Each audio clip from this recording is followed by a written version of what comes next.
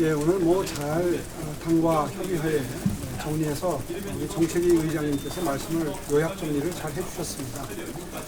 제일 중요한 것은 일단 정비 사업에 대한 적극적인 의지입니다. 지금 제가 느끼는 것은 이 현 정부의 입장은 정비 사업에 대해서 상당히 적대적이라는 겁니다.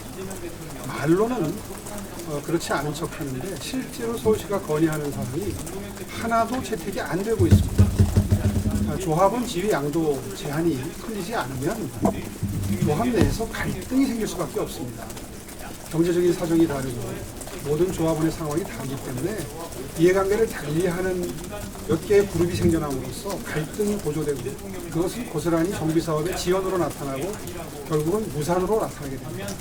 이 점을 해결하기 위해서 국토부에 수차례 건의를 하고 있는데 조합원 지위 양도 제한에 대해서 전혀 묵묵부답입니다. 또 대출 제한도 마찬가지입니다. 모든 사업은 자금이 흐름이 원활해야 진도가 나가는 법인데 이 대출 제한 때문에 다시 말해서 LTV 제로로 묶어놓은 부분이라든가 이런 부분들 때문에 자금 마련에 경색이 생기면서 이해관계를 달리하는 분들이 속도를 지연시키거나 다른 목소리를 내게 됩니다.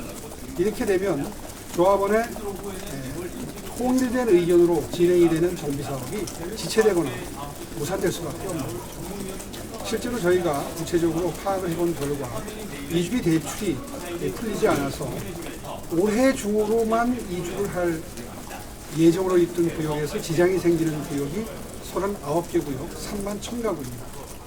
이 문제만큼은 반드시 해결을 해주셔야 됩니다. 오히려 이 문제 해결이 이번에 129 대책에서 발표한 용지 확보, 부지 확보보다도 훨씬 더 부동산의 빠른 공급에 효자 노릇을 할 수 있는 그런 실효성 있는 대책이라 하는 걸 다시 한번 강조해서 말씀드리고요. 그 부분에 대해서 국토부가 전향적인 검토를 조속한 시일 내에 해주기를 촉구합니다. 네, 다음 질문 있으신 분 불러주시기 바랍니다. 네, 채널A 대통령. 현안 질문 좀 드리겠습니다.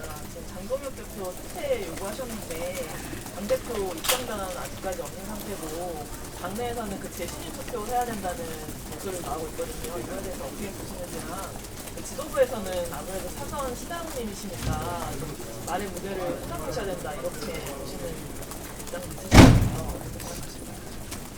예, 저는 이번 지방선거에서 이른바 장동혁 디스카운트가 지방선거를 덮치지 않을까 하는 염려가 매우 큽니다. 이것은 저 혼자만의 염려가 아니라 서울, 수도권, 다시 말해서 서울, 인천, 경기의 각 지자체장들, 광역 기초 지자체장들, 출마자들은 아마 상당히 노심초사하고 있을 겁니다. 대부분 서울시장 선거만 얘기를 하지만 예를 들면 서울에는 25개 자치구가 있고요.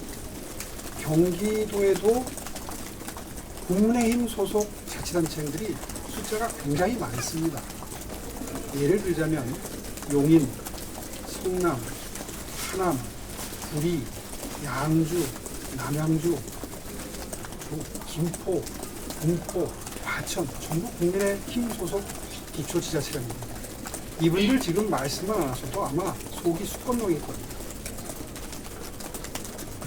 명확하게 윤석열 전 대통령과의 관계를 정리하고 이른바 절윤을 분명한 기조로 해주고 그리고 나서 비로소 국민께 호소할 수 있을 겁니다.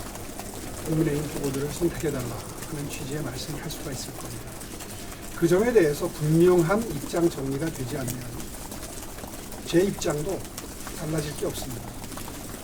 다시 말해서 장동혁 대표의 입장, 노선이 변화하지 않으면 제 입장도 달라질 수 없습니다.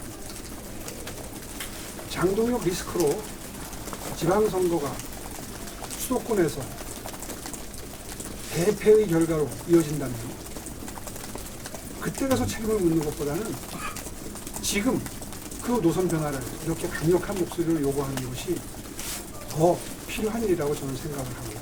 그러한 입장에는 전혀 변함이 없습니다. 네, 이 정도로 정리를 괜찮을 것 같습니다. 저희 한국경제 한경 손주영 기자입니다. 오늘 착공 시기를 앞당긴다고 하셨는데 앞당기게 될 경우에 올해부터 향후 5년까지 몇 가구씩 착공되는지 궁금하고요. 두 번째로는 세계유산평가와 관련해서 종묘와 태릉에 대한 설정이 이어지고 있는데 종묘와 태릉은 각각 어떤 차이가 있는지 궁금하고요. 또 시장님의 의견은 어떤 것인지 궁금했습니다. 질문이 많으신데요.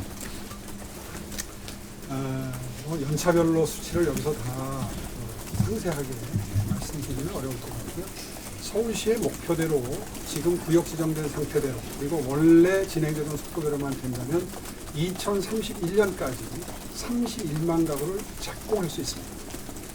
정부가 도와준다면 더 빠른 속도로 착공할 수 있습니다. 이것이 이번에 129 대책으로 정부가 발표한 물량, 국민께 발표한 물량이 국민께 부동산 시장에 대한 안도감, 충분한 물량이 빠른 속도로 공급된다는 신뢰를 주는데 더 실효성 있는 물량이라고 생각합니다. 왜냐하면 서울은 정비사업을 통해서 거의 3분의 2 정도의 물량을 확보하고 공급하고 있기 때문입니다. 거듭되는 말씀이지만 정비사업이 지장을 받지 않도록 정부에서 계속 지원하는 정책을 발표만 해준다면 아마도 이러한 공급 물량에 대한 신뢰가 부동산 시장의 안정을 견인할 수 있지 않을까 이렇게 서울시는 내다보는 것이고 그래서 그 점에 대한 정부의 전향적인 변화를 촉구하는 것입니다. 그리고 두 번째 질문, 태릉, 다음에 세운상가, 세운지구 개발 문제인데요. 간단합니다. 세계 유산이라고 해서 세운지구가 영향을 미친다 하는 논리인데요. 저희는 그 점조차도 인정하지 않습니다. 서울시가 이미 에드벌룬을 세운지구에 지어질 건물 높이로 띄워놓지 않았습니까? 시뮬레이션을 못 믿는다고 해서 행한 조치입니다. 그렇게 해서 이른바 보호 대상인 문화재인 종묘의 정전 앞에서 그 상월대 위에 한국인 평균 신장 눈높이에서 그 에드벌룬 높이, 실제 건축물 높이, 서울시가 발표한 실제 건축물 높이를 지켜보았을 때 과연 그것이 정전의 문화재적 가치를 훼손할 정도로 불쑥 위로 솟아올라와 있느냐 하는 것을 현장에서 검증하자는 제안을 여러 차례 국가의 선청이 한 바가 있고요. 그것에 응하면 모든 것은 해결이 됩니다. 그것과는 별개로 이번에 다시 129 대책에 태릉시시 부지가 포함이 됐는데요.